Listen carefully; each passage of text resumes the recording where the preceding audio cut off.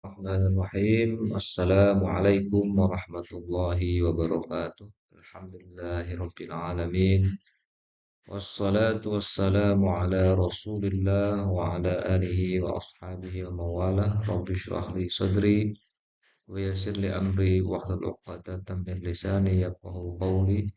Subhanaka la ilma lana illa ma 'allamtana innaka antal alimul hakim. Shadaqallahul azim, shadaqa rasulul karim. Wa nahnu ala dzalika minasyahidin. Rekan-rekan sekalian yang berbahagia, mahasiswi PIAUD Sekolah Tinggi Agama Islam Latan Samosiro yang berbahagia, alhamdulillah kita bisa bertemu lagi di pertemuan ke-12 yang akan membahas tentang konsep manusia Islam. Tentang konsep manusia Islam ini akan terdiri dari dua pertemuan, pertemuan 12 dan pertemuan 13 sesuai dengan RPS yang ditentukan. Jadi ini adalah pertemuan pertama untuk pembahasan khusus tentang konsep manusia Islam. Baik, kita mulai saja langsung ke pembahasan dari konsep manusia Islam yang pada hari ini kita akan membahas tentang manusia dalam Al-Quran. Karena konteksnya adalah manusia Islam, maka Al-Quran sebagai panduan utamanya. Kenapa manusia Islam? Karena ada manusia selain Islam, dipahami oleh selain Islam. Ada ilmu tertentu, ilmu psikologi misalkan, atau ilmu tentang antropologi, tentang sosiologi, yang tidak menggunakan Al-Quran sebagai panduan untuk memahami manusia. Yang kedua, tentang asal-usul penciptaan manusia. Ini pun juga kita berbasis pada Al-Quran dan Al-Hadis sebagai rujukan utamanya. Tentu saja kita tidak langsung kepada dua sumber itu, tapi melalui pemahaman para ulama. Dan ketiga, kita masuk ke kesimpulan. Tidak terlalu banyak, karena ada dua pertemuan. Baik,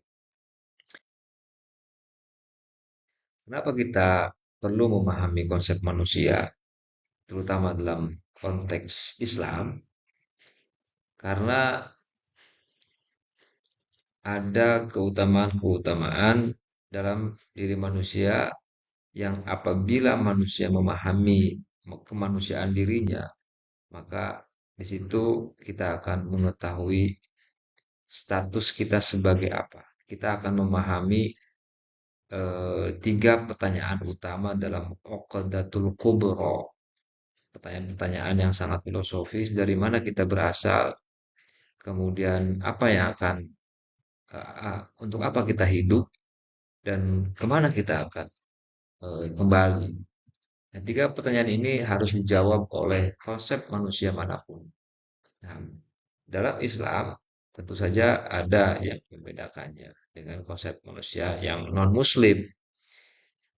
Baik, selanjutnya kita jawab dulu apa kita perlu memahami konsep manusia.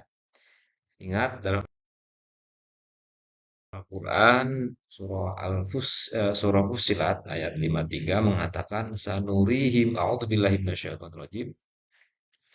Sanurihim ayatina fil afaqi wa fi anfusihim hatta yatabayyana lahum annahul haqq. Awalam yakfi bi rabbika annahu ala kulli syai'in qadir. Kami akan memperlihatkan kepada mereka tanda-tanda kebesaran kami di segenap penjuru di alam semesta ini dan diri mereka sendiri. Nah, kita garis bawahi wafi anfusihim. Jadi Allah sengaja menunjukkan dirinya dalam tanda kutip. Zatnya itu di alam semesta dan juga di dalam diri manusia sendiri dengan segala kompleksitas penciptaannya yang oleh sains itu dinyatakan bahwa eh, manusia secara biologis sangat complicated, sangat rumit untuk dipahami. Meskipun pada akhirnya mereka memahami sehingga mudah untuk menanggulangi dan mengatasi ketika terjadi eh, anomali dalam tubuh manusia secara biologis, maka ada obat dan sebagainya. Nah, sekarang siapa yang mampu untuk menciptakan manusia kecuali satu zat yang maha dan luar biasanya, maha kuasanya dengan kerumitan manusia. Oleh karena itu, kita memahami diri kita sendiri, yaitu memahami kemanusiaan kita, adalah untuk mengetahui dan untuk merasakan kebesaran Allah, untuk memahami dan mengenal serta mengakui Allah sebagai Tuhan kita semua. Di mana akhir-akhir ini manusia lebih banyak untuk melihat keluar dirinya ketimbang melihat diri sendiri. Ya, itu masing-masing punya pengalaman. Mungkin rekan-rekan semua juga sama. Hari-hari dari mulai bangun terus sampai dengan tidurnya kembali, apa yang dipikirkan? Mungkin kalau dia berkeluarga anaknya, mungkin tetangganya, mungkin kondisi kondisi sekitar perkampungannya atau lingkungannya, atau mungkin bicara tentang politik sebagainya. Lupa bahwa dirinya tidak pernah dia pelajari. Semua dari segi aspeknya, aspek biologisnya, aspek kejiwaannya, psikologisnya, aspek fisiologisnya, semua itu ketika kita fokus pada diri sendiri, sampai kita bisa memahami bagaimana manusia melakukan kesalahan, itu ternyata ada prosesnya.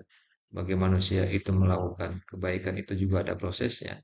Itu tanda bahwa kita ingin memahami bahwa kita itu diciptakan, bukan ada dengan sendirinya.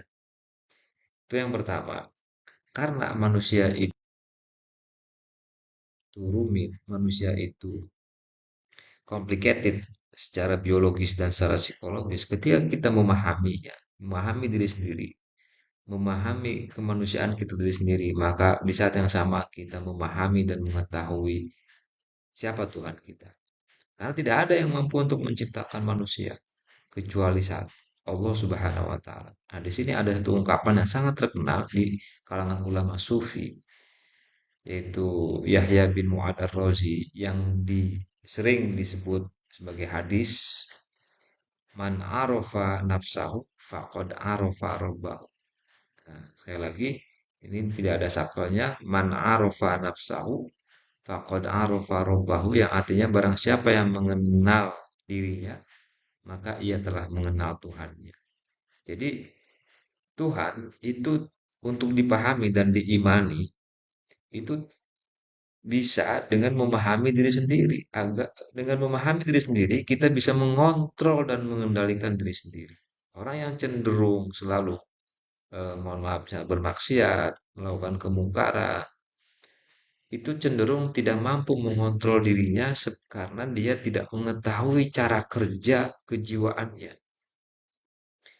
Seorang dokter memahami bagaimana cara kerja lambung, memahami bagaimana cara kerja paru-paru, memahami cara kerja jantung. Oleh karenanya, dia akan berupaya untuk menjaga dari hal-hal yang dapat merusaknya.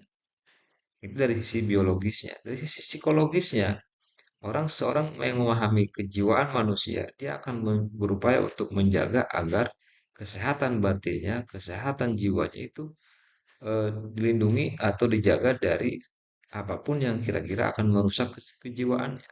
Dia akan menghindari itu. Nah, itulah termasuk dalam hal berbuat salah, berbuat dosa. Ketika kita memahami diri kita sendiri, tahu apa yang menjadi faktor orang itu melakukan perbuatan dosa, apa yang menjadi alat dorongnya, bagian mana dalam diri manusia yang mendorong untuk berbuat dosa, maka dia akan bisa menjaga dirinya atau menghindar dari hal-hal yang akan membuat dia berbuat dosa. Disitulah dia sudah menjadi orang yang mengenal Allah, yang mengenal Tuhannya, mengenal Allah. Ini pandangan para sufi yang mengandung makna filosofis. Baik, kita mulai dengan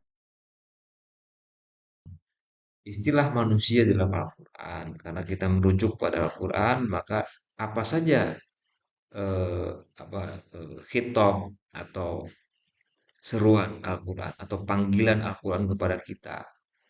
istilah apa saja yang digunakan oleh Allah dalam Al-Quran, karena Al-Quran ini adalah wahyu Allah yang disampaikan kepada Nabi Muhammad SAW oleh malaikat Jibril. Istilah apa yang digunakan oleh Al-Quran yang merujuk pada kita, pada manusia. Baik, di sini ada beberapa istilah yang mana atau kosakata ya. Menurut Syekh Abdul Halim Mahmud, mantan Syekh Al-Azhar, beliau wafat 1978, mengatakan bahwa kekayaan kosakata Al-Quran, artinya Al-Quran tidak hanya menyebut dengan satu kata yaitu manusia, tapi ada beberapa kata. Dalam menyebut manusia adalah cerminan dari kompleksitas manusia itu sendiri. Jadi manusia bisa dilihat dari berbagai sisi. Al-Quran ingin kita mengenal diri kita secara utuh, agar kita tahu dari mana asal kita, untuk apa kita hidup, dan kemana kita akan kembali.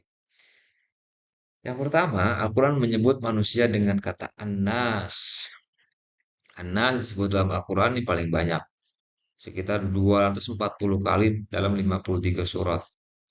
Maknanya merujuk pada sifat manusia sebagai makhluk sosial atau kolektif. Zon politikon. Dalam Al-Quran disebutkan, A'udzubillahi minasyaitonirrajim, ya ayyuhan nas, inna khalaqnakum min dzakarin wa unsa wa ja'alnakum syu'uban wa qabaila lita'arafu inna akramakum indallahi atqakum innallaha alimun khabir. Wahai manusia, manusia di sini anas ya. Sungguh kami telah menciptakan kamu dari seorang laki-laki dan perempuan. Kemudian kami jadikan kamu berbangsa-bangsa dan bersuku-suku agar kamu saling mengenal. Sungguh yang paling mulia di antara kamu di sisi Allah adalah orang yang paling bertakwa. Sungguh Allah Maha Mengetahui dan Maha Teliti. Ini konteks Anas. Meskipun di ayat lain juga ada yang apa namanya yang menyebut kata. Ini contoh ayat satu ayat yang menyebutkan kata Anas. Minal di surah yang sering kita bacakan di surah terakhir dalam Al-Quran itu An-Nas. Qul a'udzu birabbin nas. Nah, itu Malikin nas, Ilahin nas. Yang paling mungkin satu ayat pendek yang dominan sekali kata An-Nas. Jadi An-Nas ini menjadi istilah yang terbanyak disebutkan dalam Al-Quran sebanyak kurang lebih 240 kali dalam 53 surah. Yang artinya adalah sekali lagi merujuk pada sifat manusia sebagai makhluk sosial dan kolektif. Yang kedua, istilah yang digunakan dalam Al-Quran untuk merujuk kepada manusia adalah al-insanu atau al-insan. Disebutkan sebanyak 73 kali dalam 43 surah. Maknanya apa? Maknanya adalah merujuk pada sikap psikologis atau spiritual. Ini bagian dalam manusia, tapi bukan organ tubuh. Ini lebih kepada nafsun atau psikologis jiwa. Kalau tadi Anas itu lebih kepada manusia sebagai makhluk sosial. Kalau yang al-insan itu manusia sebagai makhluk psikologis, makhluk spiritual. Ada dalam diri manusia, tapi tidak terlihat. Bagian dalam manusia itu kan ada yang lahiriah, ada yang batiniah. Kalau lahiriah ya organ-organ tubuh seperti paru-paru, usus dan sebagainya. Ada juga yang bagian dalam tapi batiniah, ya ini kejiwaan. Manusia dalam konteks al-insan sebagai makhluk yang berpikir, diberi ilmu dan mengemban amanah. Contoh dalam surah At-Tin, laqad khalaqnal insana fi ahsani taqwim. Sungguh kami telah menciptakan manusia dalam bentuk yang sebaik-baiknya. Ini yang kedua. Yang ketiga adalah al-bashar. Al-bashar disebutkan sebanyak 36 kali dalam 26 surah. Maknanya merujuk pada sifat biologis. Seperti berasal dari tanah, kemudian dia juga makan dan minum, melakukan reproduksi dan sebagainya. Ini aspek biologis dari sisi manusianya. Dalam surah Al-Kahfi misalkan disebutkan kul innama ana basyarum mitlukum yuha ilayya. Katakanlah wahai Muhammad, sesungguhnya aku ini hanya seorang manusia seperti kamu yang telah menerima wahyu. Ayat ini menunjukkan bahwa Nabi Muhammad itu basyar. Dia pergi ke pasar untuk memenuhi kebutuhannya. Beliau makan, beliau minum, beliau menikah. Seperti halnya kita. Nabi tidak sampai melampaui kemanusiaannya. Tidak sampai disebut sebagai malaikat, apalagi sebagai Tuhan. Dia manusia seperti kita. Menunjukkan ketika Beliau diperintahkan untuk mengatakan, katakanlah wahai Muhammad, innama ana basyarum mislukum yuha, itu untuk memberikan kepastian kepada manusia yang lain bahwa saya adalah seperti kalian sama. Bedanya, kata kata Allah dalam Al-Quran, bedanya yuha ilayya, yang telah menerima wahyu. Di satu sisi kemanusiaan Muhammad itu sama dengan kita, sisi lain ada satu keistimewaan Nabi Muhammad, yaitu apa? Menerima wahyu. Ini basyar, itu merujuk pada aspek biologis kemanusiaan. Yang keempat, Allah juga menyapa manusia dengan Bani Adam. Bani Adam ya kalau diartikan menjadi keluarga besar Adam, keluarga atau keturunan Nabi Adam. Bani Adam disebutkan sebanyak 7 kali dalam 3 surah. Maknanya menunjukkan asal-usul manusia, bahwa manusia adalah keturunan Nabi Adam alaihissalam. Contoh dalam surah Al-A'raf ayat 35 dikatakan, ya bunai, ya bunai ya Adam, ya bani Adam, ya bani Adam, imma ya'tiyannakum rusulun minkum yaqussuna 'alaikum ayati famanittaqa wa ashaha fala khaufun 'alaihim wa la hum yahzanun. Wahai anak cucu Adam, jika datang kepadamu rasul-rasul dari kalanganmu sendiri yang menceritakan ayat-ayatku kepadamu, maka barang siapa bertakwa dan mengadakan perbaikan, maka tidak ada rasa takut pada mereka dan mereka tidak bersedih. Ini kalau Bani Adam lebih ingin menunjukkan bahwa semua manusia yang ada di dunia ini adalah berasal dari satu sosok bernama Nabi Adam. Sekaligus untuk menjawab mungkin dalam versi agama kita, mungkin teori evolusi yang gencar-gencar seperti yang disampaikan oleh Charles Darwin, bahwa kita ini adalah keturunan monyet, misalkan dari primata, melalui proses evolusi yang sangat panjang, dibantah oleh Al-Quran. Tidak berarti membantah eh, bahwa a- eh, atau menafikan bahwa ada makhluk sebelum Nabi Adam. Itu lain hal nanti. Bahwa manusia yang ada hari ini, kita, dari sejak Nabi Adam sampai sekarang, itu untuk membantah bahwa manusia mengalami evolusi dari mulai monyet sampai jadi manusia sekarang. Nah ini Al-Quran tidak mengkonfirmasi itu. Nah, ini ada 4 ya. Selanjutnya kita coba satu persatu eh, membahas tentang makna Anas, kemudian Al-Insan, Al-Bashar dan Bani Adam dari sisi ayat Qur'annya. Makna Anas yang disampaikan dalam Al-Quran. Kata Anas mengacu pada manusia sebagai manusia dilihat dari beberapa segi berbasis pada Al-Quran. Yang pertama adalah dia berkelompok sesuai dengan karakternya. Sering diawali dengan minan nas. Yang pertama, Anas memiliki karakter beriman, tapi sebetulnya tidak. Ini memang konotasinya negatif terus ya. Kita ambil yang sering eh, muncul dalam Al-Quran di awal dengan minan nas. Yang artinya beriman tetapi sebetulnya tidak.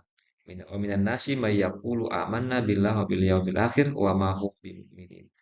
Di antara manusia ada yang berkata, kami beriman kepada Allah dan hari akhir. Padahal sesungguhnya mereka itu bukanlah orang-orang yang beriman.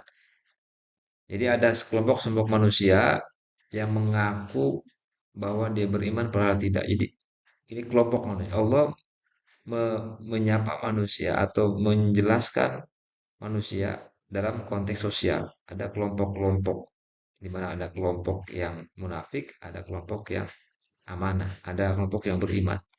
Yang kedua, disebutkan juga wa minan nasi may yattakhidhu min dunillahi andadan yuhibbunahum ka hubbillah. Menyebutkan Allah. Di antara mereka manusia ada yang menyembah Tuhan selain Allah sebagai tandingan yang mereka cintai seperti cinta Allah. Ini juga sekelompok manusia ya. Berarti ada sekelompok yang lain yang beriman kepada Allah sesuai dengan ajarannya. Yang ketiga, sebagian juga manusia, faminan nasi may yaqulu rabbana atina fid dunya wa ma lahu fil akhirah min khalaq. Ya Tuhan kami, sebagian manusia mengatakan, ya Tuhan kami, berikanlah kami kebaikan di dunia dan di akhirat dia tidak memperoleh bagian apapun. Karena ini menunjukkan ada sekelompok manusia yang tidak mempercayai adanya akhirat. Ada sekelompok manusia yang mempercayai adanya kehidupan dunia sekaligus juga akhirat. Ini kelompok-kelompok manusia ya. Kemudian juga sekelompok manusia dalam konteks Anas sebagian besar berkualitas rendah. Contoh ya, dalam Al-Quran, Wallahu walibun ala amrihi walakinna aktsaron nas. Sering menggunakan kata aktsaron nas. La ya'lamu. Dan Allah berkuasa terhadap urusannya. Tapi kebanyakan manusia tidak mengerti. Dari segi iman ya, itu tadi dari segi ilmu, dari segi iman. Innahul haqqu min rabbika walakinna aktsaron nasi la yu'min. Sungguh Al-Quran itu benar-benar dari Tuhanmu, tetapi kebanyakan mereka tidak beriman. Ini juga apa untuk memperbandingkan antara manusia yang berilmu dengan yang tidak berilmu, manusia yang beriman dengan yang tidak beriman.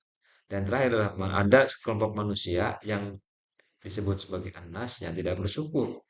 Innallaha la tufaddin 'alan nasi walakinna aktsarun nasi la yashkur. Sungguh Allah benar-benar memiliki karunia yang dilimpahkan kepada manusia, tapi kebanyakan manusia tidak bersyukur. Berarti ada sebagai manusia yang bersyukur. Jadi eh, Allah menggunakan kata anas, Al-Quran menggunakan kata anas ketika mengidentifikasi sekelompok dan komunitas atau masyarakat manusia yang berbeda-beda dari yang eh, tidak beriman atau munafik menyekutukan Allah, hanya memikirkan dunia, tidak berilmu, tidak beriman, juga tidak bersyukur. Tapi lawannya adalah yang beriman, yang berilmu, sebagainya. Jadi tidak person to person, tapi kelompok identifikasinya berbasis kelompok. Dan Al-Quran menggunakan kata nas. Dan yang ketiga adalah Ar-Rahman untuk seluruh manusia. Laqad arsalna usulana bil bayyinati wa anzalna ma'ahumul kitab wal mizana liyaquman nasu bil qist. Nah, Al-Quran untuk seluruh manusia. Nah, jadi An-Nas ini bisa bisa di, disapa oleh Al-Quran dalam konteks pengelompokan atau keseluruhannya. Sungguh kami telah mengutus rasul-rasul kami dengan bukti-bukti yang nyata dan kami turunkan bersama mereka kitab dan neraca keadilan agar manusia dapat berlaku adil. Ini konteks An-Nas ya. Tidak person to person, tidak perorangan, tidak individual, tapi secara general pengelompokannya dibeda-bedakan.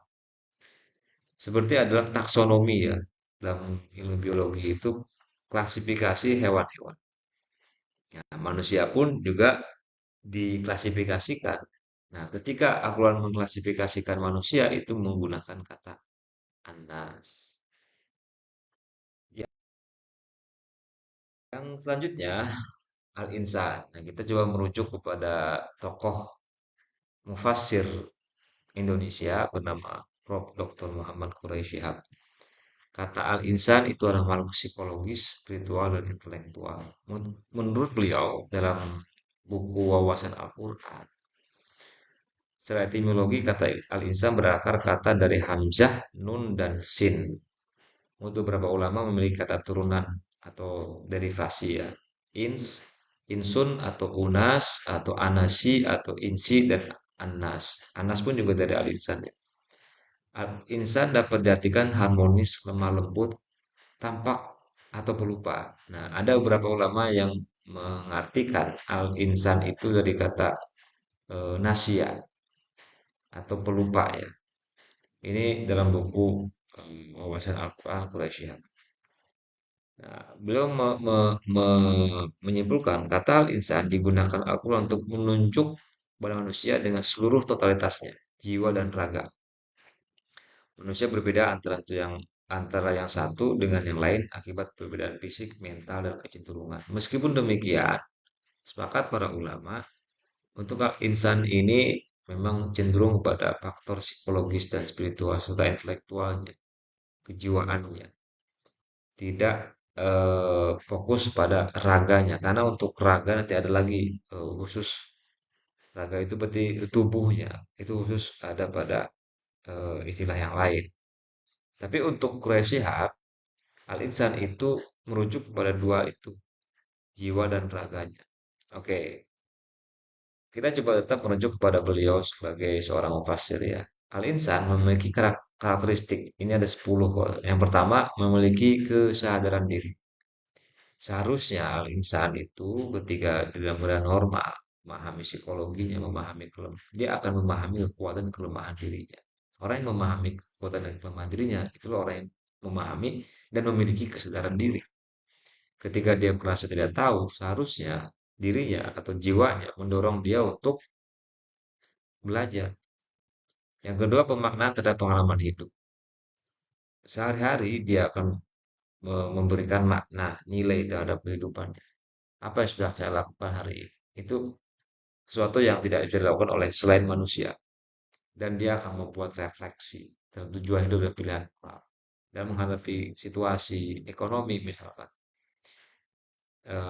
Pilihan moralnya akan berfungsi dan aktif, maka dia harus bekerja keras sebagainya. Itu yang pertama. Yang kedua, memiliki motivasi untuk berkembang. Ini dalam konteks al-insan yang ideal adalah dia memiliki motivasi untuk berkembang, untuk melakukan self developing, developing, mengembangkan dan membangun diri. Dorong untuk memperbaiki diri ketika dia merasa terlalu banyak kesalahan, keinginan untuk mencapai makna hidup, upaya untuk menjadi manusia yang bermanfaat. Ini ada di surah 13 ayat 12. Lalu nomor 3, manusia mampu mengelola emosi yang cemas. Ini insting. Maaf. Sesuatu yang tidak dapat dilakukan oleh robot, oleh oleh hewan. Di antaranya adalah mampu mengelola emosi dan cemas, mengubah kecemasan menjadi energi positif. Tidak terjebak dalam ketakutan dan penghindaran. Ini insting manusia ya, yang tidak dimiliki oleh makhluk lain. Menghadapi realitas dengan keberanian dan ketundukan pada Allah. Dia akan berusaha untuk menghilangkan atau menghadapi kecemasan itu dengan berdoa, dengan memotivasi diri, atau dia bisa berbaur dengan kawan-kawannya dan apa namanya melakukan deep talking misalnya. Curhat itu bagian daripada untuk emosi. Dalam Islam, kecemasan itu dapat ditanggulangi dengan zikir karena zikir itu menenangkan jiwa. Ala bidzikrillahi tatmainnul qulub. Itu yang nomor 3. Yang nomor 4, masih masih menurut Quraisy Shihab, manusia dalam konteks al-insan itu memiliki kemandirian psikologis, artinya otonomi moral. Dia bisa membedakan mana yang baik dan mana yang benar, mana yang buruk, mana yang tidak buruk atau baik. Mana yang baik, mana yang buruk, mana yang salah, mana yang benar, mana yang bermanfaat, mana yang tidak, mana yang pantas, mana yang tidak. Itu kemampuan al-insan. Jika manusia tidak bisa melakukan ini, berarti sisi al-insannya cacat atau tidak ada. Itu kemandirian psikologis ya, dia mampu atau dalam bahasa Arabnya al-mumayyiz, ya, akil, bisa membedakan mana yang baik, mana yang buruk. Kemudian nomor 5, mampu memanai hidup. Sebagaimana surah Al-51 ayat 56. Hidupnya itu bermakna apabila dia memiliki tujuan hidup, menyadari posisi diri sebagai hamba dan khalifah, memahami penderitaan sebagai bagian perjalanan spiritual.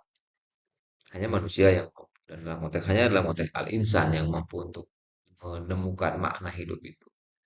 Ada nggak manusia yang tidak bisa mandiri secara psikologis dan tidak mampu untuk memanai hidup? Ada ya, manusia manusia yang ateis misalkan. Hidup ini tidak ada maknanya. Hidup ini ya, misalkan dalam dalam absurd filsafat absurdisme ya. yang mengatakan dunia ini ya baik buruk dan sebagainya ya nikmati saja, tidak ada makna di situ. Ya kita hidup untuk menghadapi itu semua. Ya, kemudian mati ya sudah selesai semua aktivitas kehidupan kita. Karena hidup kita itu antara apa yang diharapkan dan realitas kadang-kadang bertentangan. Itu masalah. Jadi ya mekanis saja hidup itu. Itu menurut Albert Camus ya yang memandu adanya filsafat absurdisme di mana seseorang terjebak oleh rutinitas.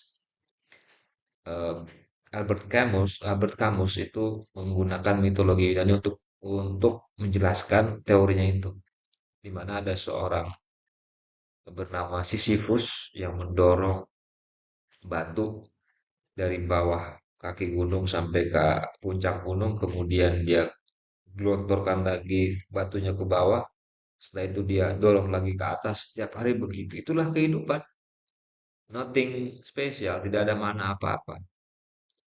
Ya, itu menurut barat ya al insan tapi dalam Islam insan itu harus mampu untuk memanai hidup, apakah ini akan menjadi bekal kita di akhirat atau tidak, karena ada kepercayaan bahwa kita akan hidup kembali di akhirat. Dan nomor 6, empati dan interpersonal baik, kemampuan mendengarkan. Ini surah Ad-8 ayat 77 ya. Ini wabtaghi fima ataqallahu darul akhirah. Hubungan interpersonal yang terus bermakna, kepekaan sosial, karena di awal sin kama ahsanallahu ilaika, kecenderungan untuk memberi manfaat pada Allah. Dalam surah ini ayat surah 8, 28 ayat 77 itu ada kalimat wa ahsin kama ahsanallahu ilaika, berbuat baik pada manusia selain juga berbuat baik pada alam dengan tidak merusak.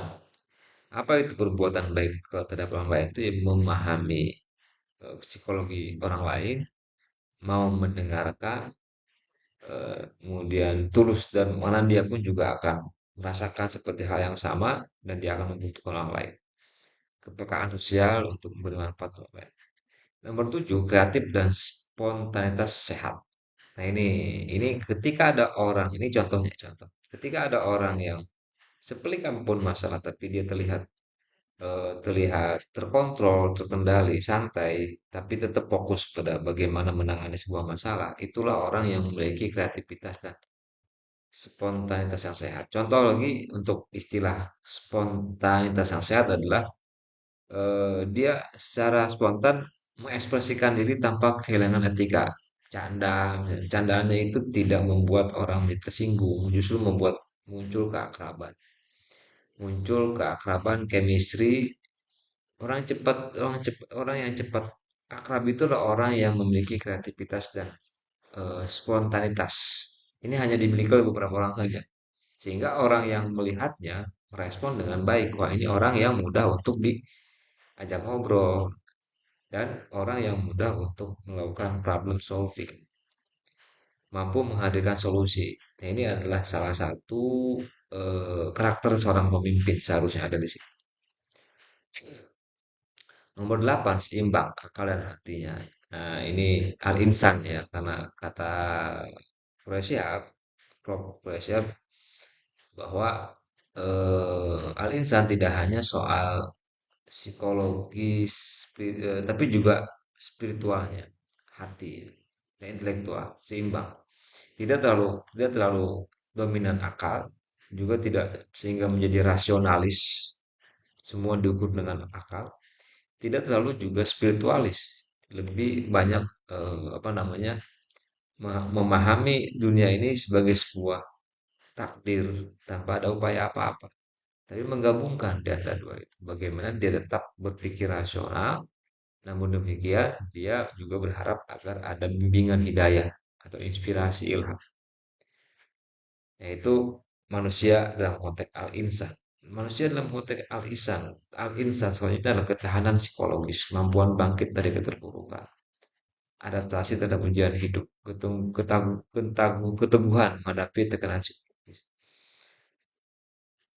Dan 10, orientasi jangka panjang. Hanya manusia dalam Islam terutama ya yang masih beriman terhadap adanya kehidupan setelah kehidupan di dunia, yang memiliki orientasi jangka panjang. Sebagaimana yang ada dalam landasan filosofis Latanza, wa bataghi fima ataqallahu darul akhirah. Kita adalah makhluk akhirat karena kita diminta untuk tetap fokus pada akhirat. Wala tansa nasibaka, tetapi jangan lupa kebahagiaanmu, nasibaka minad dunia, di dunia. Wahsin kemana? Bagaimana cara untuk kita bisa berbahagia dengan manusia, dengan di dunia, yaitu dengan wahsin kama berbuat baik kepada manusia yang lain, sebagaimana Allah berbuat baik kepada kita. Nah, jadi perbuatan baik dalam Islam itu berarti adalah kita mencontoh Allah karena Allah berbuat baik kepada kita sebagai bentuk kesyukuran. Ini ada pada orang ateis, nggak ada. Amal soleh, amal soleh ada amal yang baik yang berbasis pada keimanan, keseimbangan dunia akhirat.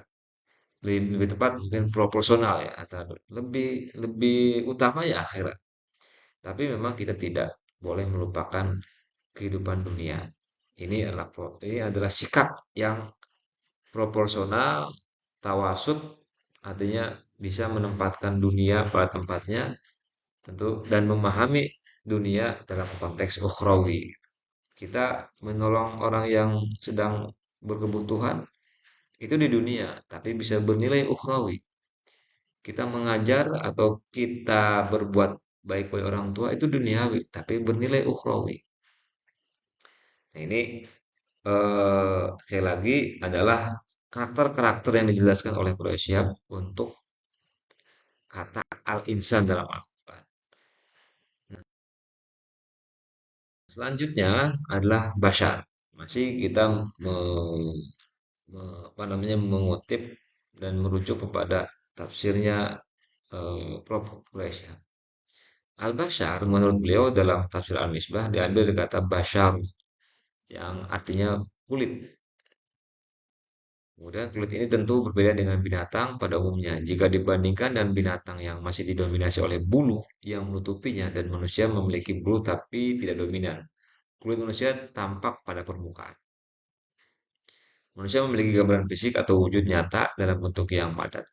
Eksistensi dapat diamati secara langsung oleh panca indera. Nah, ini berarti bashar itu adalah makhluk yang memiliki tubuh, makhluk yang berwujud secara materi. Maka disebut sebagai makhluk biologis. Nah, oleh eh, Prof. Shihab, manusia dianalisis pertama sebagai makhluk biologis yang berasal dari unsur materi. Ini pokoknya. Al-Bashar itu adalah manusia yang merujuk pada sifat-sifat biologis. Namun demikian tidak berarti dalam bashar tidak ada karakter dan sifat yang lain. Maka oleh karenanya manusia juga memiliki kebutuhan biologis yang bersifat kodrati, makan dan minum. Juga manusia memiliki dimensi psikologis ya, dan emosional yang saling terkait dengan biologinya. Manusia sebagai makhluk sosial yang membutuhkan interaksi dan kerjasama, dan terakhir manusia memiliki dimensi spiritual yang menyertai jasad biologis. Jadi, menurut Quraish Shihab, al-insan itu adalah makhluk psikologis, makhluk intelektual dan spiritual. Namun demikian tetap dibahas ada sisi-sisi biologisnya. Tapi yang dominan adalah psikologisnya. Kalau kita bicara Al-Quran menyebut dengan al-insan. Ketika Al-Quran menyebut manusia sebagai al-bashar, yang dominan adalah faktor psikologisnya bahwa dia lahir dari seorang ibu dan ayah dengan proses reproduksi. Kemudian dia juga makan minum, tumbuh secara biologis dari bayi sampai dengan anak-anak, kemudian dia dewasa dan seterusnya, dan seterusnya. Sampai dia mati. Tapi juga ada sisi psikologis yang tetap dibahas dalam konteks al-bashar ini karena psikologis membutuhkan aspek biologis. Aspek biologis yang normal akan melahirkan aspek psikologis. Ini dua, dua aspek manusia yang saling terkait.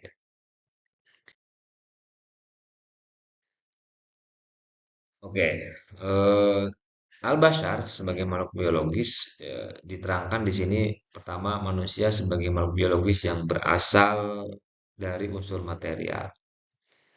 Manusia memiliki kebutuhan biologis yang bersifat kodrati ya. Tadi ya ini penjelasan dari beberapa tahapan tadi ya. Makan, minum dan sebagainya. Manusia memiliki dimensi psikologis secara emosional. Tidak Al-Bashar tidak hanya tubuh fisik tapi memiliki dorongan psikologis seperti emosi, takut, cinta, marah sebagainya.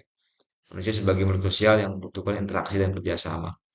Dan terakhir, manusia memiliki dimensi spiritual yang kalau dia menghadapi sebuah masalah, normalnya selain juga dia melakukan ikhtiar untuk mengatasi masalah tersebut atau melakukan problem solving, dia juga melakukan doa. Nah, doa dan ikhtiar itu adalah salah satu keistimewaan manusia yang beriman. Nah, yang terakhir adalah istilah Bani Adam.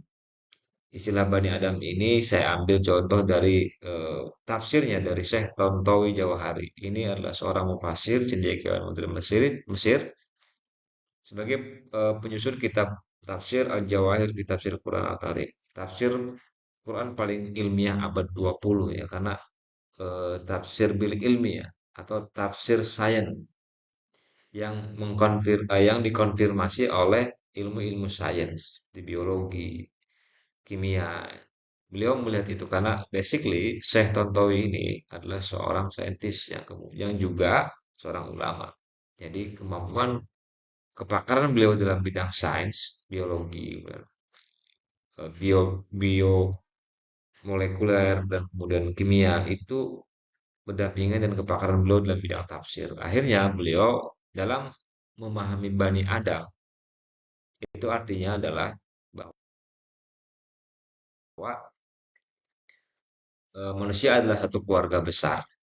Mau mau ras Afrika, ras Kaukasoid di Eropa atau di Amerika, mau ras apapun, negro sebagainya itu berasal dari eh, satu keluarga besar yang induknya adalah Bani Adam. Ini beliau adalah manusia di bumi dari dulu sampai sekarang mempunyai satu titik umum yang sama yaitu adanya kesatuan dalam penciptaan dan kesamaan dalam karakteristik keadaan dan tingkah. Kesatuan sama tersebut disebabkan setiap manusia menurunkan gen. Jadi beliau melihat dari sisi genetikanya kepada generasi selanjutnya terus berproses bercampur silang sesuai dengan perkembangan dan penyebab manusia itu sendiri. Yang artinya setiap anak membawa gen dari orang tuanya terus sampai ke Nabi Adam alaihissalam. Allah Ta'ala menyebutkan adanya kesatuan dalam ciptaan dan kesamaan dalam karakteristik. Setiap manusia menurunkan gen kepada generasi selanjutnya. Dan terakhir beliau mengatakan bahwa segala sesuatu berasal dari sumber dan pokok yang sama. Manusia mewariskan genetika yang sama hingga pada Nabi Adam. Yang menjadikan siapapun di muka bumi ini adalah keluarga dari nenek moyang yang sama. Nah, beliau termasuk yang tidak setuju bahwa manusia itu adalah hasil dari evolusi terakhir yang berawal dari primata. Ya. Beliau menganalisis bahwa pertama manusia dalam konteks Bani Adam itu adalah kesatuan asal usul manusia. Nafs wahid, nafsun wahidatun, satu jiwa.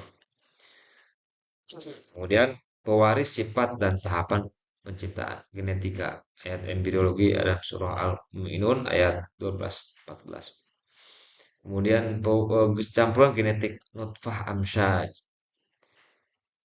Kemudian keserupaan genetik seluruh manusia dari mulai Nabi Adam sampai yang baru lahir hari ini itulah memiliki genetika yang sama. Selanjutnya beliau juga mengatakan bahwa Bani Adam memiliki keragaman fisik, bahasa dan warna kulit. Wa min ayatihi ikhtilafu alsinatikum wa alwanikum. Sebagai bagian dari tanda-tanda Allah ialah perbedaan bahasa dan warna kulit. Dan kesatuan sistem alam dan hubungan manusia hewan tumbuhan. Wa min kulli syai'in khalaqna zawjaini la'allakum tadhakkarun.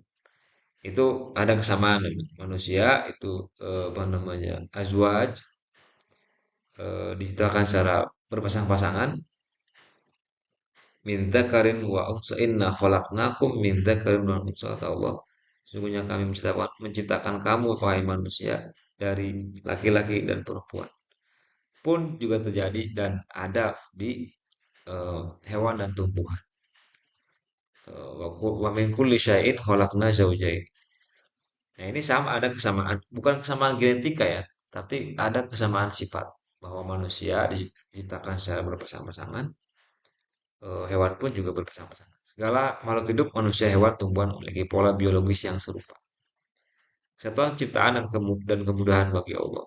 Ma khalaqakum wala ba'thukum illa kanafsin wahidah. Penciptaan kalian dan kebangkitan kalian hanyalah seperti satu jiwa saja. Ini kemudahan Allah untuk membangkitkan manusia, seluruh manusia yang pernah hidup dan kemudian mati. Yang memang satu genetik itu ketika dibangkitkan itu sangat mudah bagi Allah untuk membangkitkan. Oke, ini Bani Adam menurut Mufasir tafsir bil ilminya Jauhari ya. Eh, dalam konteks istilah Bani Adam dalam Al-Quran. Oke, bagaimana asal usul dan penciptaan manusia?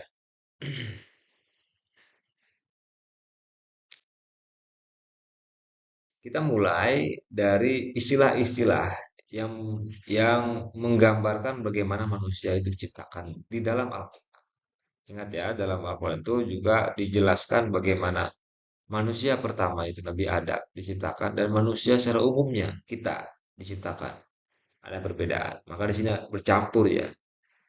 Istilah-istilah itu bercampur. Nanti kita akan coba klasifikasikan di pembahasan tentang bagaimana proses penciptaan Nabi Adam sebagai manusia pertama dan proses penciptaan manusia secara umum.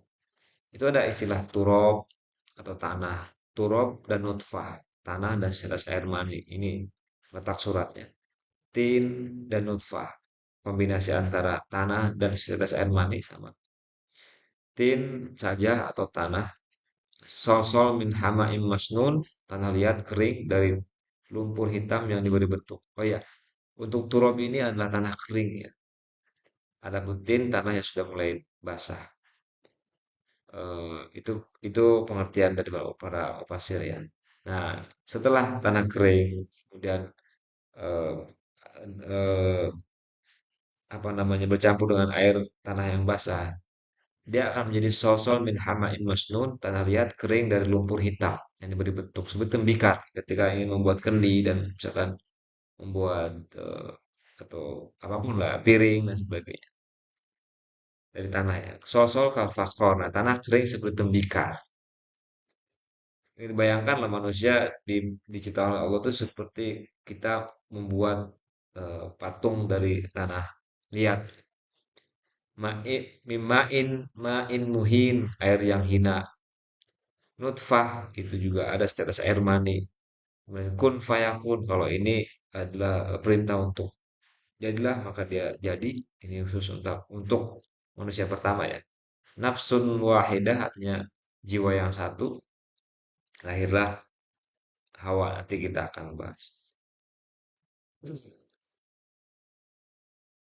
Nah, sekarang kita akan bahas dulu tentang proses penciptaan Nabi Adam alaihissalam sebagai manusia pertama. Sekali lagi, kita tidak membahas tentang bagaimana evolusi manusia karena dalam Al-Quran itu tidak relevan. Maka tidak masuk dalam eh, ilmu ilmu Al-Quran ya. Proses penciptaan teori evolusi Darwin itu tidak masuk. Fakhrul Ar-Razi, salah seorang mufassir yang membuat tafsir Mafatihul Ghaib mengatakan dan yang paling dekat, tidak ada memang dalam Al-Quran penjelasan detail bagaimana Nabi Adam itu diciptakan. Tidak ada menurut para mufassir. Tapi para mufassir sepakat untuk me, menyusun prosesnya, menyusun proses dari mulai A sampai Z-nya bagaimana. Nah, Ar-Razi mengatakan dan yang paling dekat kebenarannya ialah bahwa Allah yang Maha Tinggi telah menciptakan Adam alaihissalam pertama-tama. Allah menciptakannya dari turab, dari tanah yang kering, kemudian dari tin, tanah yang mulai ada bercampur dengan air. Kemudian dari hama in masnun, kemudian dari sol kalfakhor. Tadi apa namanya? Tanah liat seperti tembikar. Menurut para mufassirun, khususnya para mufassir klasik ya, mutaqaddim seperti Ibnu Katsir atau Bari, Ar-Razi, kemudian Al-Baghawi. Prosesnya seperti ini. Penciptaan Nabi Adam dimulai dari proses at-turab. Inna mathala Isa indallahi kamathali Adam khalaqahu min turabin summa qala lahu kun fayakun. Jadi prosesnya tidak sama dengan proses manusia pada umumnya. Jadi prosesnya adalah dimulai dari turab atau debu dan tanah. Sungguhnya perumpamaan penciptaan Isa bagi Allah seperti penciptaan Adam. Adam juga kan tidak dalam proses embriologi seperti manusia pada umumnya. Nabi Adam meskipun lahir dari Siti Maryam, prosesnya itu seperti Nabi Adam.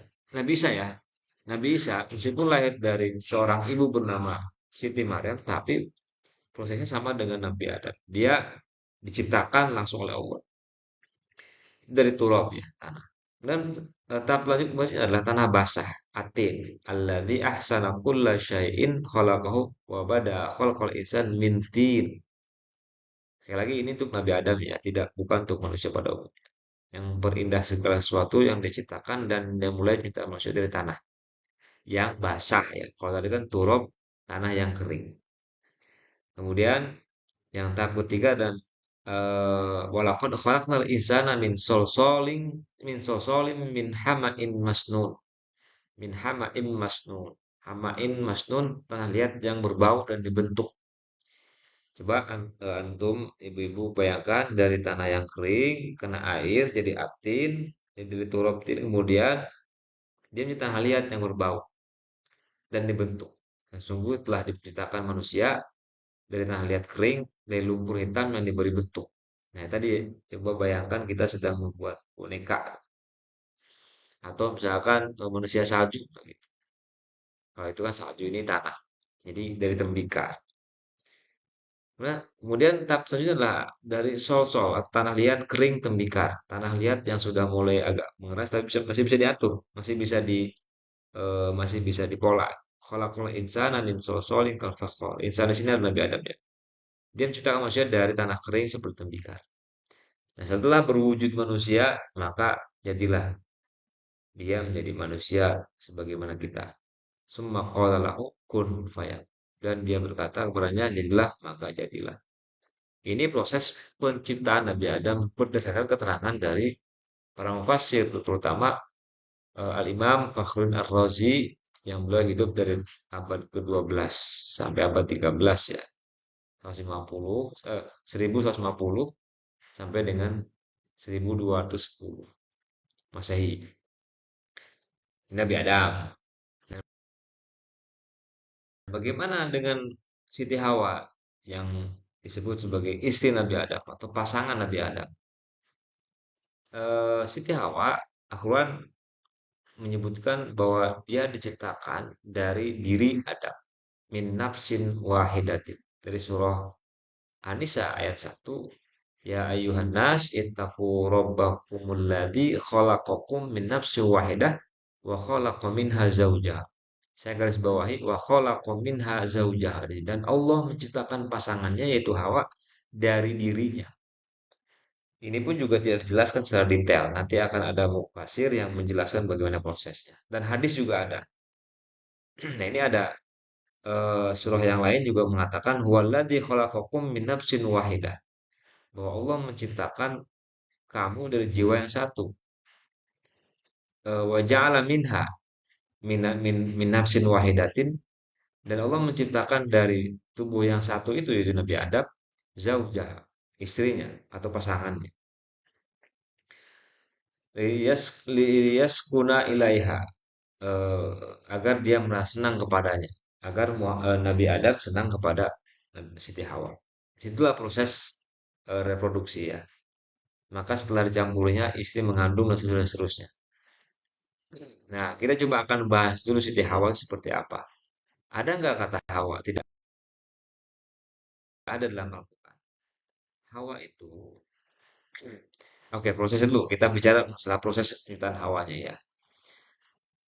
Kita merujuk kepada Mafatihul Ghaib karangan tafsir Ar-Razi yang mengatakan bahwa kebanyakan mufassirin berpendapat bahwa Nabi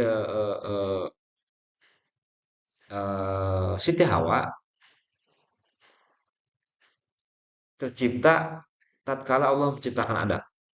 Tadi kan kita sebutkan bahwa eh, Siti Hawa itu diciptakan dari diri Adam min nafsin wahidah, dari diri yang satu, yaitu diri atau jiwa yang satu itu Nabi Adam, dan diciptakan dari diri Nabi Adam itu Siti Hawa.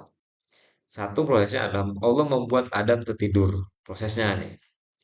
Kemudian Adam terbangun dari tidurnya. Kemudian Allah menciptakan Hawa dari sebagian tulang rusuk Adam yang sebelah kiri. Maka yang nomor empat, tatkala Adam terjaga dari tidurnya, dia melihat kepada Hawa dan condong kepadanya. Nah, ini proses penciptaan Siti Hawa menurut para mufasir, mufasir klasik ya, bahwa prosesnya adalah ketika Nabi Adam tidur dan bangun, tahu-tahu ada Siti Hawa.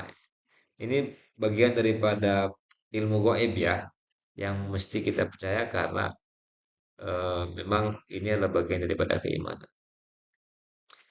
Kemudian ini diperjelas oleh Rasulullah Muhammad SAW dalam hadisnya an Abi Hazim an Abi Hurairah.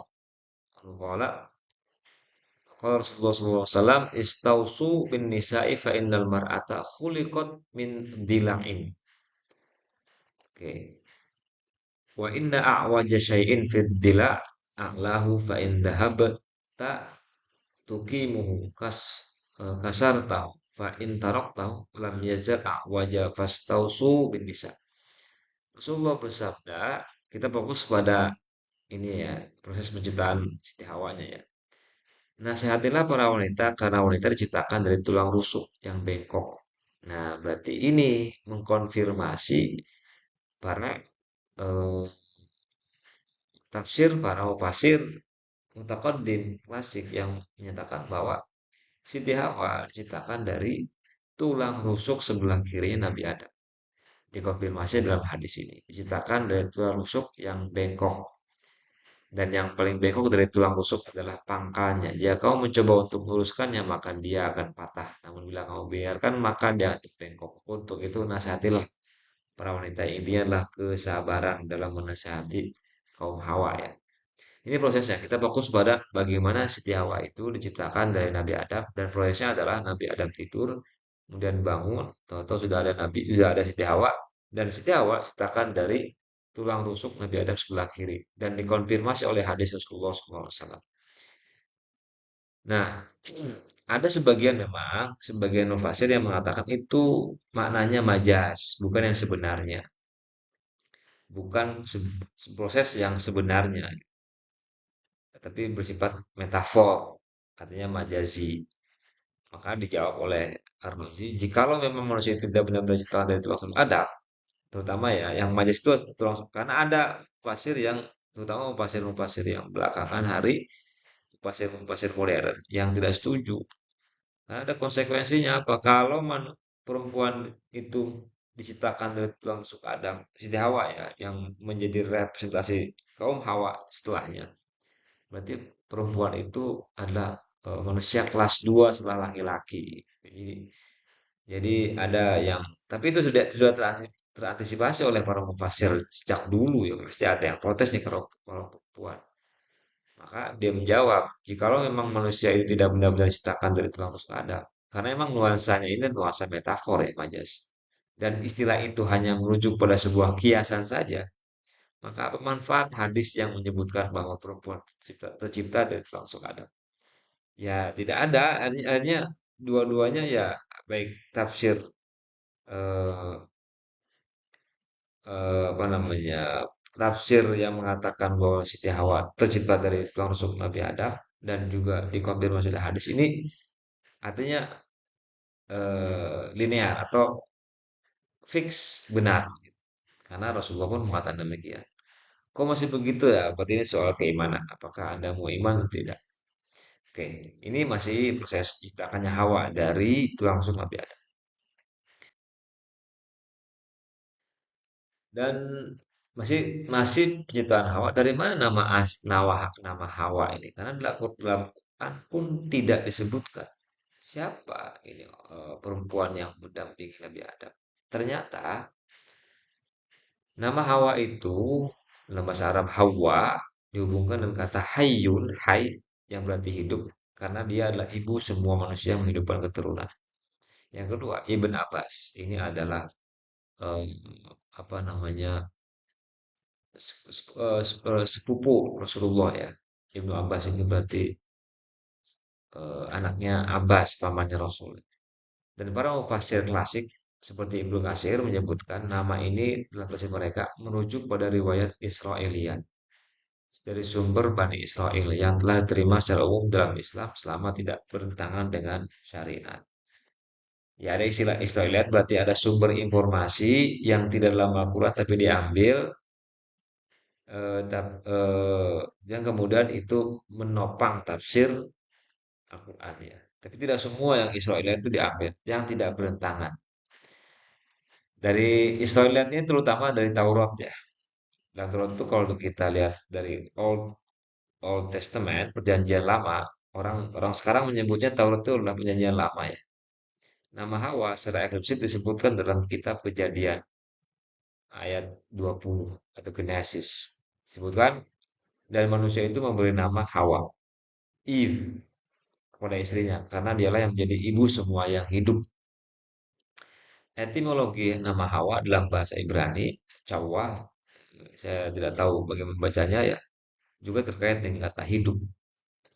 Jadi eh, sumber nama Siti Hawa itu atau Hawa itu bukan dari Al-Quran tetapi oleh para mufassir diambil dari sumber-sumber riwayat Israiliyah. Berarti dari kitab Taurat. Itu Hawa ya. Bagaimana sekarang penciptaan manusia secara umum? Oke, surah Al-Qur'an Al-Qur'an surah Al-Mu'minun ayat 12-15 menjelaskan ya. Walaqad khalaqnal insana min sulalatin min tin. Nah, sungguhnya kami telah menciptakan manusia dari saripati berasal dari tanah. Summa ja'alnahu nutfatan fi qararin makin. Dan kami menjadikannya air mani yang disimpan dalam tempat yang kokoh yaitu rahim seorang perempuan. Beda nih dengan Nabi Adam. Kalau Nabi Adam ya dari tebikar, dari turab, tin, sol-sol, fakhor, dan kun fayakun. Kalau manusia dari saripati, sulalatin min tin, dari saripati yang dari tanah. Karena yang kita makan itu dari tanah semua. Mau daging, protein, daging ataupun buah-buahan ataupun sayur-sayuran dari tanah semua. Daging apa kambing ya kambing juga makan dari tanah juga dari dedaunan sebagai summa ja'alnahu nutfah kemudian kami menjadikannya air mani setelah proses metabolisme tubuh ada yang menjadi mani dan ketika dia melakukan apa namanya proses percampuran dengan istrinya atau suami istri maka air mani itu akan disimpan dalam rahim. Summa khalaqna, nah ini detailnya. Summa khalaqna nutfah alaqatan fa khalaqnal alaqata mudghatan fa khalaqnal mudghah idhoman. Fa kasawnal idhoma lahman summa ansha'nahu khalqan akhar fatabarakallahu ahsanul khaliqin. Nah ini prosesnya. Kemudian air mani itu kita jadikan sesuatu yang melekat. Kalau sesuatu yang melekat itu kami jadikan segumpal darah dan segumpal darah itu lalu kami jadikan tulang belulang, kalau tulang belulang itu kami bungkus dengan daging. Kemudian kami menjadikannya makhluk yang berbentuk lain, manusia Allah, pencipta yang paling baik. Summa innakum ba'da dzalika lamayitun. Kemudian setelah hidup, dan dia akan mati. Kullu nafsin dha'iqatul maut. Kemudian setelah itu sungguhnya kamu pasti mati. Nah, ini pun juga dikonfirmasi, ditafsirkan oleh Rasulullah dalam dalam hadis yang sahih karena diriwayatkan oleh Syaikhan muttafaq alaihi Bukhari dan Muslim. Inna ahadakum yujma'u khalquhu fi batni ummihi arba'ina yauman. Sesungguhnya setiap kalian dikumpulkan penciptaannya dalam perut ibumu selama 40 hari dalam bentuk nutfah sperma. Yauman nutfatan. Summa yakunu alaqatan misal dalik. Kemudian menjadi alaqah segumpal darah selama 40 hari. Summa yakunu mudghatan misal dalik. kemudian menjadi mudghah, segumpal daging selama 40 hari. Summa yursalu ilaihil malaku fayanfukhu fihi ruh. Kemudian diutuslah malaikat untuk meniupkan ruh. Wa yu'maru bi arba'i kalimatin, dan diperintahkan menulis 4 hal ketika meniupkan ruh dalam manusia itu. Pertama, apa yang tulis rizkinya, ajalnya, bikat bi rizkihi wa bikat bi ajalihi, menuliskan rizkinya. Jadi ketika meniupkan ruh sudah tentukan rizkinya, jatah rizkinya berapa sampai dia meninggal, kapan dia meninggal, menentukan di awal. Amalnya bagaimana, wa amalihi, serta apakah ia celaka atau bahagia. Celakanya bahagia atau sengsara maksudnya. Itu sudah ditentukan takdir. Ini qadar Allah sudah ditetapkan oleh Allah kepada manusia yang dihidupkan. Nah, ini pembahasannya agak panjang kalau bicara qadar ya. Jelas, memang kelipatan 40 hari itu adalah bagian daripada tafsir Rasulullah terhadap surah Al-Mu'minun ayat 12 sampai 15.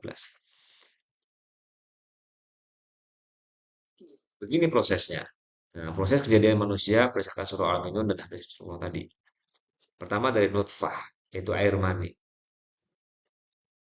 Nutfah yang tentu air mani itu adalah hasil produksi dari proses biologis manusia yang makan tumbuh-tumbuhan, makan daging-dagingan, makan buah-buahan, yang semua itu juga tumbuh-tumbuhan, daging, buah-buah itu berasal dari tanah, pohon atau sayuran itu tanah semua. Dan jadilah dalam tubuh manusia itu terutama laki-laki air mani. Ketika terjadi percampuran antara laki-laki dan perempuan, maka nutfah ini akan disimpan dalam rahim. Ya, fase pembuatan dalam rahim ibu selama 40 hari. Nutfah berasal dari sulalatin mintin, seripari tanam melalui makanan yang dikonsumsi manusia. Itu proses biologisnya. Yang kedua adalah alaqah.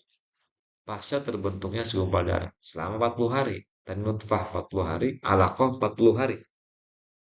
Mudghah 40 hari, terbentuknya segumpal daging. Izam, nah ini kalau itu sudah sebutkan ya berapa harinya. Yang jelas dari mulai sperma, air mani, segumpal darah, segumpal daging itu 40 hari semua.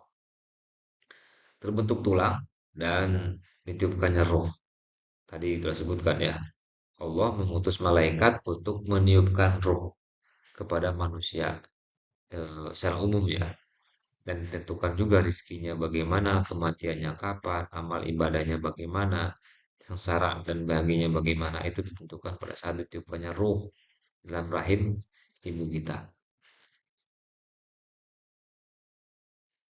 Nah, ada perbedaan antara bagaimana Allah menciptakan Nabi Adam dan bagaimana Allah menciptakan manusia secara umum. Ini dilihat dari sisi aspek bahan dasarnya apa, proses bentukannya bagaimana, tempat penciptaannya bagaimana, dan proses pemberian ruhnya. Singkat saja, bahan dasarnya kalau Nabi Adam dari tanah, ya turun dan tin, kemudian sol-sol dan sebagainya. Itu sebagian sudah dijelaskan. Sementara manusia itu dari saripati tanah. Tanah-tanah juga, tapi prosesnya kemudian berbeda. Setelah proses biologis dimakan oleh manusia, oleh laki-laki, laki-laki akan memiliki sperma dan dia menikah sebagainya, maka proses itu manusia. Bagaimana proses bentukannya? Dibentuk langsung oleh Allah tanpa proses perantara orang tua dan tanpa proses biologis biasa. Ya, seperti tadi kita bayangkan sedang membuat manusia menggunakan tanah liat. Seperti itulah kalau kita bayangkan, kalau kita boleh membayangkan bahwa bagaimana Allah menciptakan Nabi Adam, itulah seperti kita membuat manusia-manusiaan dari tanah liat. Sesungguhnya perumpamaan. Nah, ini kun fayakun, perumpamaan. Kenapa perumpamaan ini Nabi Isa? Karena dua nabi ini tidak melalui proses biologis ya, tapi langsung Allah yang menciptakan. Bagaimana manusia seperti kita, manusia biasa atau kebetulan ada diciptakan melalui proses biologis yang kompleks, yang agak panjang melalui orang tua. Kemudian tempat penciptaannya, ya, Nabi Adam diciptakan di bumi menurut mayoritas mufassir ya, kemudian ditempatkan di surga. Jadi dari bumi ke surga dan ke bumi lagi gitu. Dan kalau manusia biasa diciptakan di dalam rahim. Prosesnya 40 hari nutfah, mudghah, alaqah dan ditiupkan. ruhnya oleh malaikat. Pemberian ruhnya bagaimana? Kalau Nabi Adam itu ruhnya ditiupkan langsung oleh Allah, spesial sekali ke dalam jasad yang telah terbentuk sempurna. Kalau manusia biasa itu malaikat yang melakukan. Allah mengutus malaikat untuk meniupkan ruh ke dalam diri manusia. Nah, itu perbandingannya antara penciptaan Nabi Adam dan manusia secara umum. Di tengah-tengahnya adalah Siti Hawa. Nah, tadi sudah kita bahas dari tulang rusuk Nabi Adam. Baik, sepertinya sudah di ujung pembahasan kesimpulan konsep manusia dalam Islam untuk pertemuan pertama ini menyimpulkan bahwa manusia dipahami secara utuh dan multidimensi ya. Bisa dilihat dari sisi kiri kanan, sisi biologisnya, sisi psikologisnya, sisi kolektifnya, sisi spiritualnya. Maka menjadi sangat banyak minimal empat istilah, misalnya al-bashar, biologisnya, intelektualnya adalah al-insan, spiritual dan psikologisnya. Anas dari sisi sosial, kolektifnya, dan Bani Adam dari sisi genealogisnya atau genetikanya. Keragaman istilah dalam Al-Quran menunjukkan kompleksitas hakikat manusia agar manusia mengenal jati diri, tujuan hidup dan akhir kehidupannya. Kemudian manusia yang ketiga adalah makhluk biologis yang memiliki kebutuhan kodratik, namun kebutuhan fisik tersebut terintegrasi dengan dimensi psikologis, sosial, spiritual yang tidak terpisahkan. Kalau di psikologi barat itu ada yang melihat manusia dari sisi biologisnya aja, psikologisnya aja, atau dari sisi fisiknya saja. Kalau kita di Islam itu disatukan, diintegrasikan. Karena itulah Islam memang terkenal memang identik dengan agama yang selalu menyatukan yang orang lihat itu berbeda. Itu prinsip tauhid ya. Tauhidik. Kalau tauhid la ilaha illallah, kalau tauhid prinsip integral. Yang keempat, seluruh manusia berasal dari satu asal penciptaan yaitu Nabi Adam dan seluruh manusia. Dan Nabi Adam sekarang itu adalah diciptakan oleh Allah melalui proses biologisnya Nabi Adam dan Siti Hawa. Dan yang kelima terakhirlah konsep manusia dalam Islam menegaskan keseimbangan dunia akhirat. Keseimbangan dunia akhirat, kemudian akal dan ruh, jiwa dan raga itu disatukan. Menuntut manusia beriman, berilmu, berakhlak, bertanggung jawab sebagai hamba sekaligus khalifah di bumi. Allahu a'lam bishawab. Semoga bermanfaat. Mohon maaf jika ada yang salah dan kita akan ketemu di pertemuan berikutnya. Assalamualaikum warahmatullahi wabarakatuh.